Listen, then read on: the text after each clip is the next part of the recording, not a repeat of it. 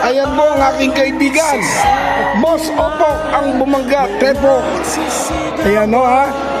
Ulutan po lang yan mga kaibigan. Ayan.